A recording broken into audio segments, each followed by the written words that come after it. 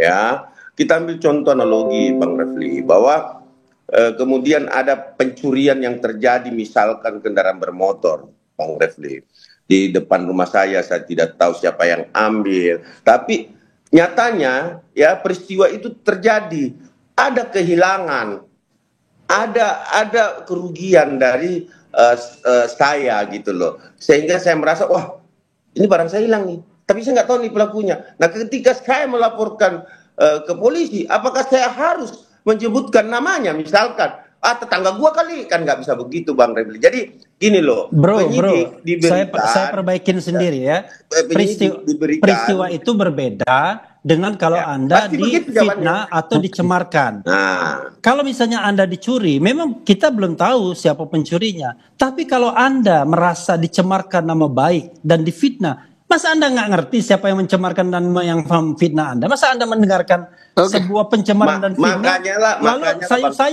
Lalu saya mendengarkan suara ya. Ada orang memfitnah saya, mencemarkan saya. Saya jelas itu. Ini kayaknya Pak Susno udah mau ngomong nih. Silakan Pak Susno, silakan Pak. Jadi ini bagus sekali ya, ini pencerahan yang bagus. Jadi kasus ini berbeda dengan pencurian. Kalau pencurian itu polisi tidak dilapori pun dia harus berbuat. Karena itu bukan delik aduan. Termasuk rakyat biasa, rakyat jelata seperti saya, kan tidak lagi polisi sekarang ini. Petani, kalau tahu ada pencurian, saya lihat dia, saya berhak menangkap, tertangkap tangan, serahkan pada Polri. Tetapi saya mengetahui ada seseorang yang dicemarkan nama baiknya, saya nggak boleh melapor dong.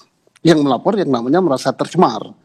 Nah siapa tahu, dan laporan itu harus lengkap gitu, karena ini delik aduan, kapan, di mana, bunyi pencemarannya kayak apa, kemudian dia mengumpulkan alat-alat bukti itu untuk dinilai oleh Polri. Jadi bukan jangan sampai nanti penyidik Polri mencari, wah ini podcast yang ini mencemarkan, ada lagi podcast yang ini mencemarkan, oh ini ada percakapan di WA grup ini mencemarkan, itu nggak boleh. Jadi bedanya delik aduan sama bukan delik aduannya.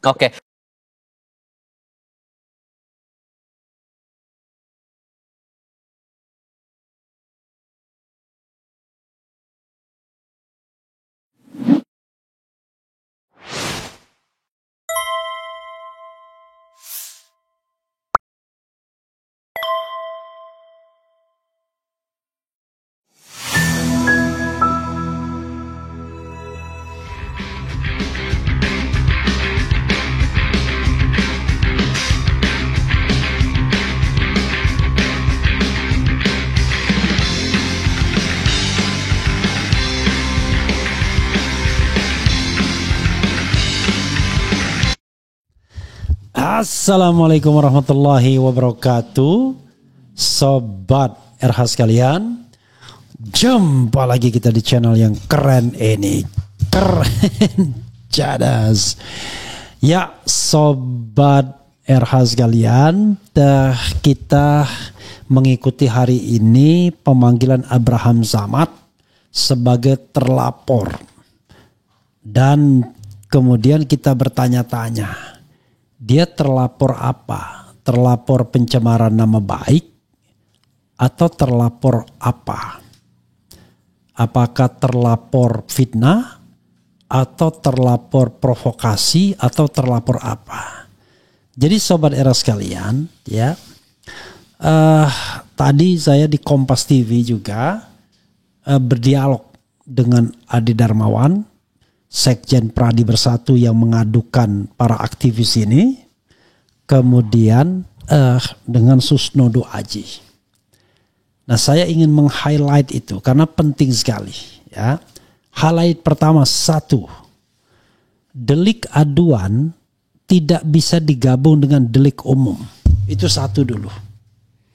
Jadi saudara sekalian, dalam hal ini Jokowi sudah melaporkan kasus yang dianggap dia sebagai sebuah pencemaran nama baik. Kasus yang dia anggap memfitnah dia. Difitnah, direndahkan serendah-rendahnya. Pertanyaannya adalah, kenapa ini digabung dengan delik umum? Jadi delik pencemaran nama baik itu diatur di pasal 310 KUHP dengan ancaman hukuman cuma 9 bulan saja. Kemudian delik fitnah itu diatur dalam pasal 311 yang ancamannya 4 tahun saja dalam tanda kutip. Kemudian yang juga pencemaran nama baik melalui elektronik itu diatur dalam pasal 27A dengan ancaman hukuman 2 tahun saja. Maka kalau urusannya adalah delik aduan, nggak bisa. Sekalipun misalnya 12 orang ini dinyatakan sebagai tersangka, maka tidak satu pun boleh ditahan. Karena ancaman hukumannya kurang dari 5 tahun. Jadi tidak ada alasan untuk menahan. Bisa menahan kalau ancaman hukumannya di atas 5 tahun dan ada subjektivitas. Takut melarikan diri ke luar negeri, takut kemudian menghilangkan barang bukti, takut mengulangi lagi perbuatan. Jadi tidak bisa digabung dengan delik umum. Lalu delik umum apa yang kemudian ikut juga digabungkan, di-attach dengan kasus ini? Yaitu delik penghasutan. Pasal 160 KUHP. Delik menggunakan dokumen atau dokumen orang lain tanpa izin. Itu pasal 32 Undang-Undang ITE. Delik mengoprak-aprik dokumen agar diniatkan agar tampak seperti asli. Itu pasal 35 Undang-Undang ITE. Lalu delik ujaran kebencian pasal 282 ayat 2. Nah, itu delik-delik ancaman hukumannya di atas 5 tahun semua. Jadi delik penghasutan 6 tahun, delik menggunakan dokumen tanpa izin itu 8 tahun, delik mengoprak-aprik dokumen agar tampak asli itu 12 tahun, kemudian delik ujaran kebencian itu 6 tahun. Dari sini saja sobat era sekalian, kan sudah kelihatan betul maksudnya adalah agar orang-orang ini bisa ditahan. Jadi kata Susnodo Aji ya dalam debat di televisi, nggak bisa itu digabungkan jadi satu, dipisah. Nah, kalau memang masalahnya adalah pencemaran nama baik, maka harus dibuktikan dulu apakah ijazahnya itu asli atau tidak.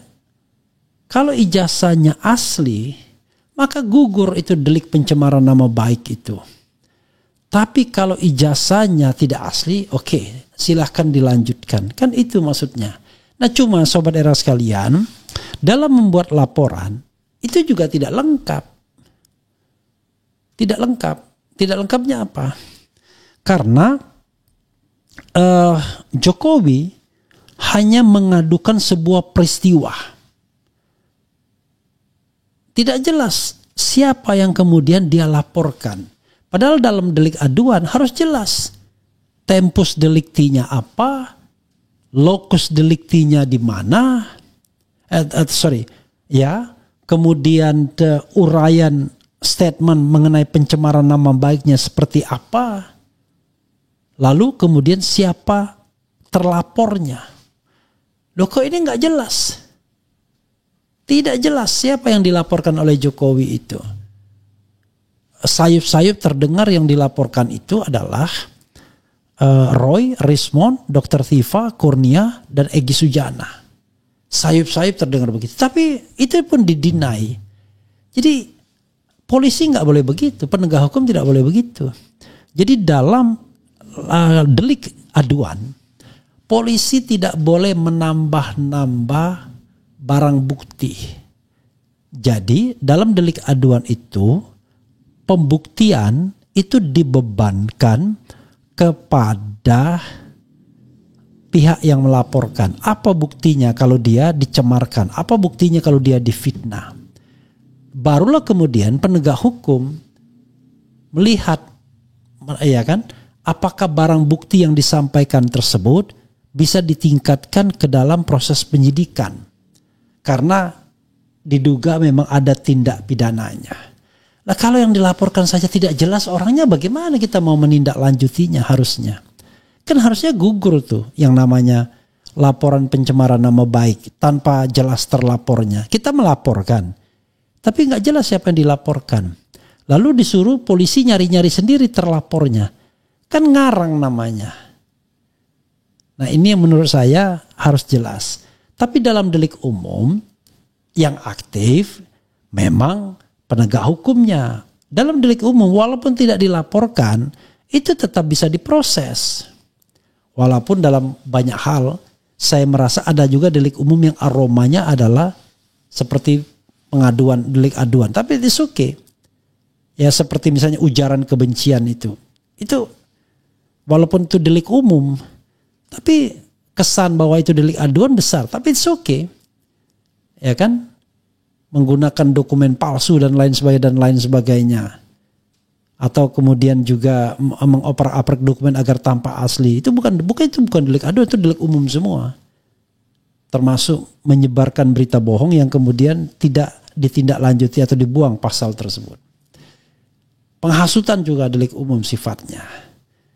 Jadi kalau dalam delik umum polisi memang aktif.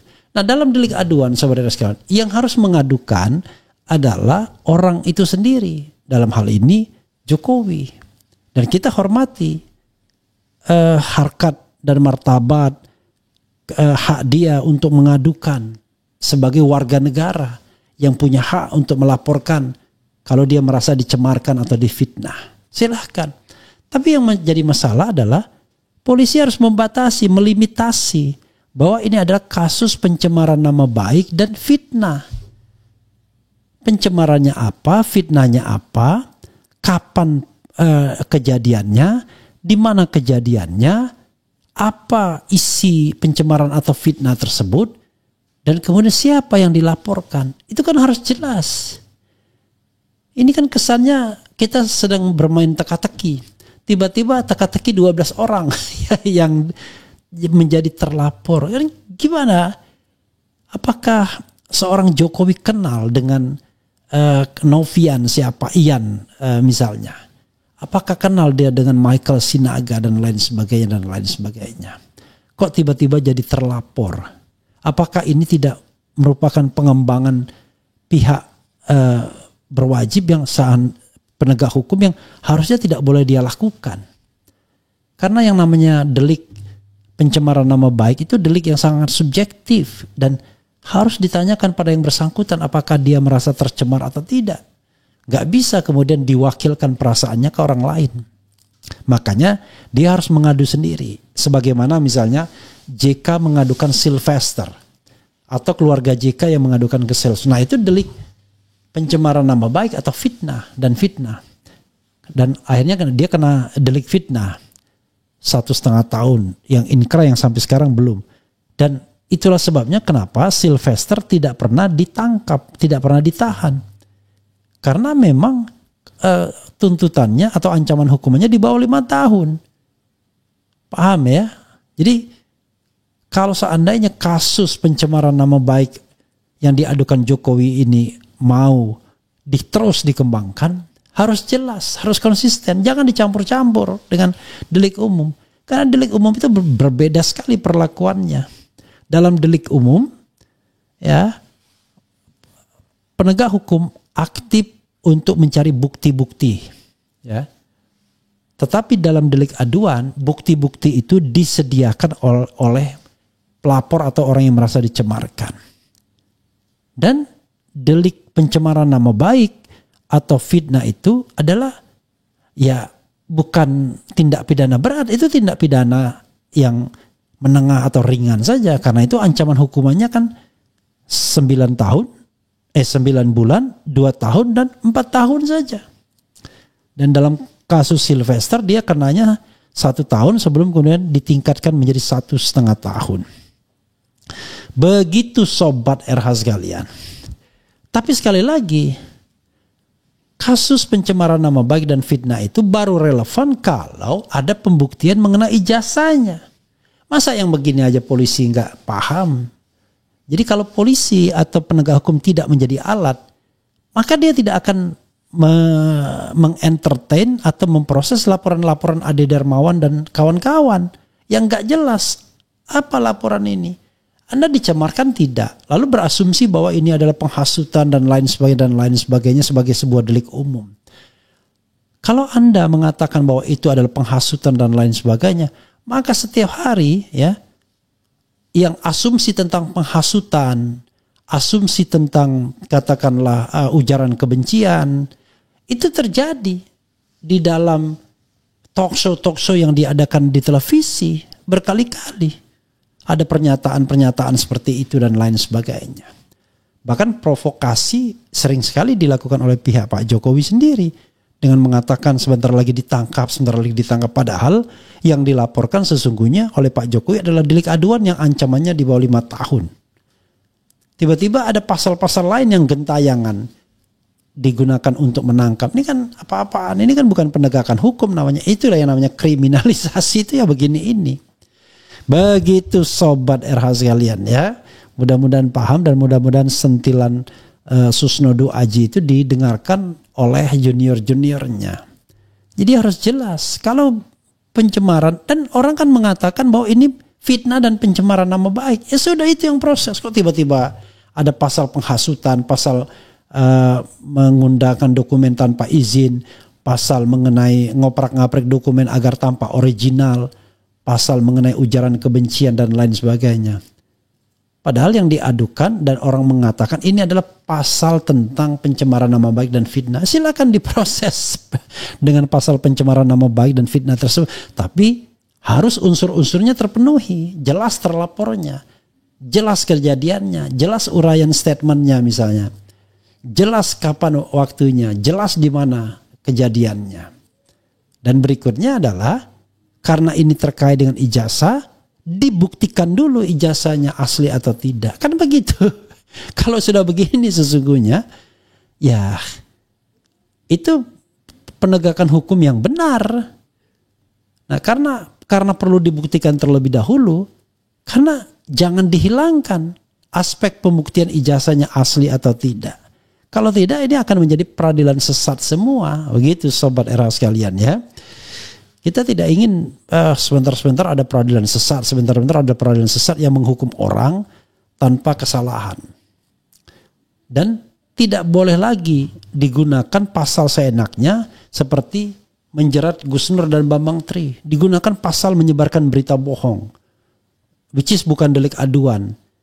Tapi lucu. Apalagi kemudian undang-undang atau pasal tersebut dibatalkan oleh MK. Karena dianggap inkonstitusional. Tapi berapa banyak korban dengan menggunakan pasal seperti itu. Jadi pasal itulah yang yang bahaya bagi demokrasi. Kalau soal pencemaran nama baik silakan sesama warga negara berhadapan. Kan begitu. Kalau misalnya fitnah silakan sesama warga negara berhadapan. Tetapi yang jelas adalah pokok persoalannya adalah keaslian ijazah. Yang lainnya nggak relevan, pasal-pasal lainnya. Ini orang kadang-kadang lawyer menggunakan hukum dengan seenaknya saja, mengadukan orang. Padahal dia bukan pihak yang berkepentingan. Ngapain Adi Darmawan mengadukan, lecomanan mengadukan dan lain sebagainya. Kan nggak relevan dia. Kok tiba-tiba dia mengadukan dan di-entertain oleh polisi. Kan polisi harus membatasi bahwa ini adalah kasus pencemaran nama baik dan sudah diadukan oleh Pak Jokowi. Itulah yang menjadi kausa primanya. Kalau seandainya memang kita ingin melindungi, kita ingin memberikan hak kepada Jokowi untuk melaporkan, silahkan. Kan, tetapi kemudian dia laporannya sumir, tapi di entertain sedemikian rupa sehingga adalah 12 terlapor termasuk Abraham Samad. Itu saudara sekalian ya yang harus kita garis bawahi. Oke, coba kita bacakan komentar sobat RH sekalian ya.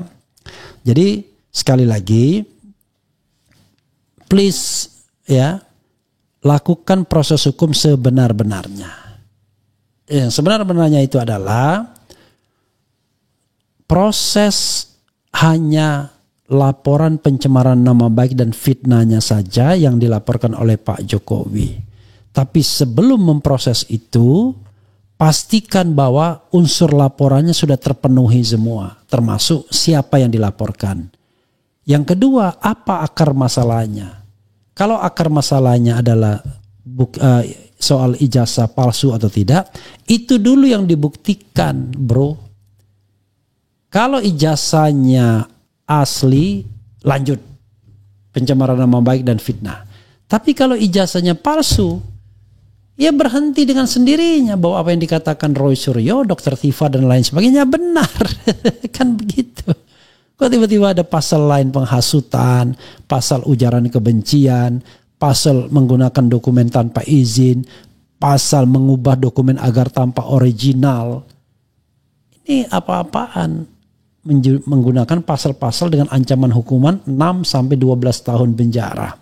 Untuk hal yang awalnya bicara mengenai tentang pencemaran nama baik yang sudah diadukan. Tapi mengatakan pencemaran tetapi tidak mau membuktikan asli atau tidaknya ijazah. Jadi kita bicara tentang tertib hukumnya. Ya, ini nggak ada kaitannya dengan suka atau tidak suka, benci tidak suka, benci. Tapi ini adalah tertib hukumnya begitu. Ya kan? Gitu.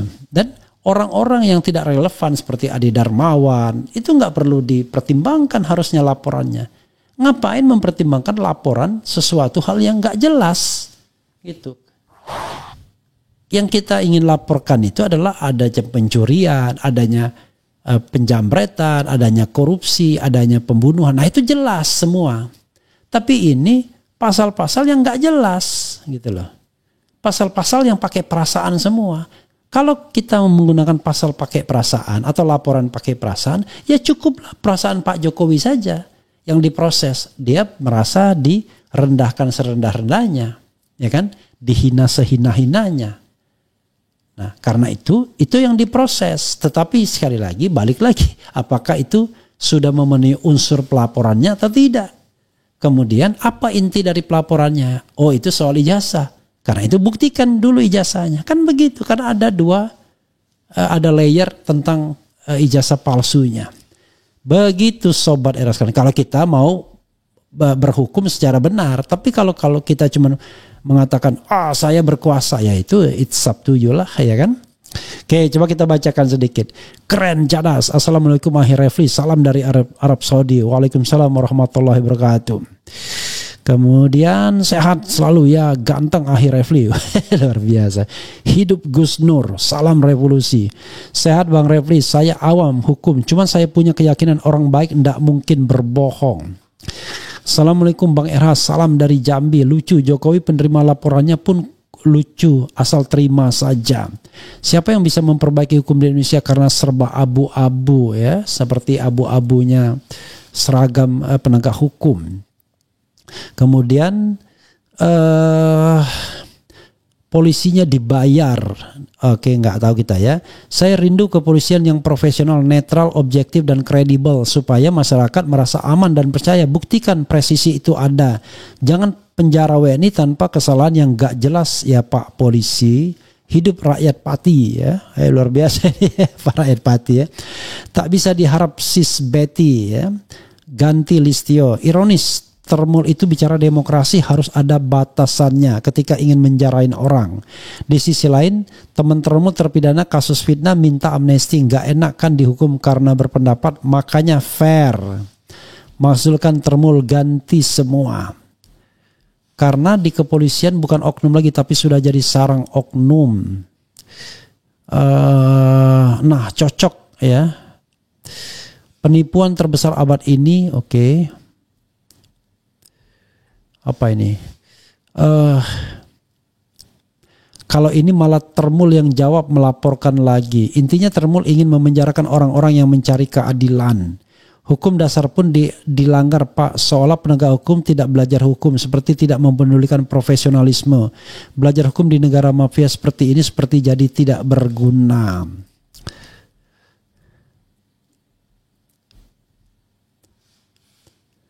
Maaf Bang Refli, saya awam hukum, kalau di bawah 5 tahun nggak bisa ditahan, kok Sylvester bisa?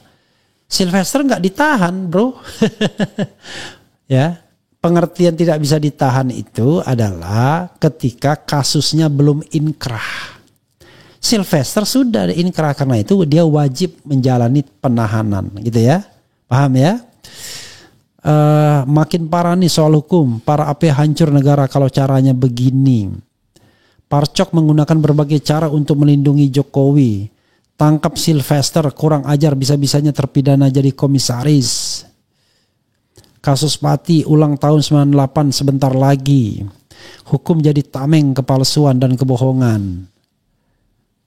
Parcok di bawah naungan geng Oslo. Lucunya ijazahnya Mulyono nggak pernah hadir di persidangan, malah orang bisa dipenjara.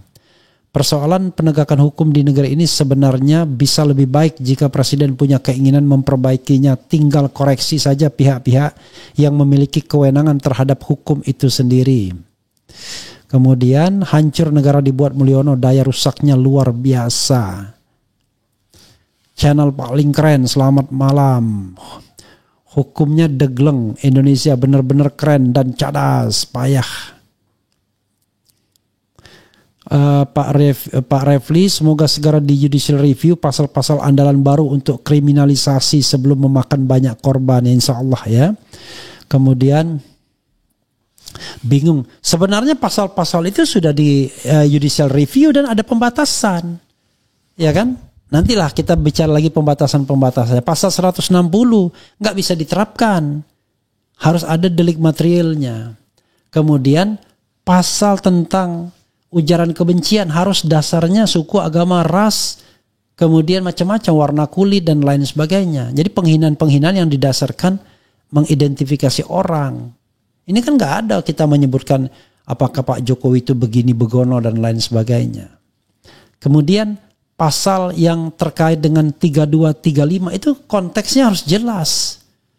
Dan Roy Suryo dan kawan-kawan tidak melakukannya, tidak mengubah dokumen agar tampak original dan tidak juga menggunakan dokumen orang lain tanpa izin. Kan dokumen yang digunakan dokumen yang sudah tersebar di publik sebagai bahan untuk melakukan penelitian. Jadi pasalnya ngarang-ngarang saja, ya kan? Itu yang tidak boleh ya. Kemudian logika Ade Sontoloyo Darmawan, gimana fitnah kok dianalogikan pencurian? Oke. Nah, apalagi dia bilang kalau pencurian itu saya bilang memang belum tentu kita tahu orangnya, tapi kalau fitnah, kalau kita merasa difitnah, ya pasti kita harus tahu orangnya siapa yang memfitnah. Masa kita nggak ngerti?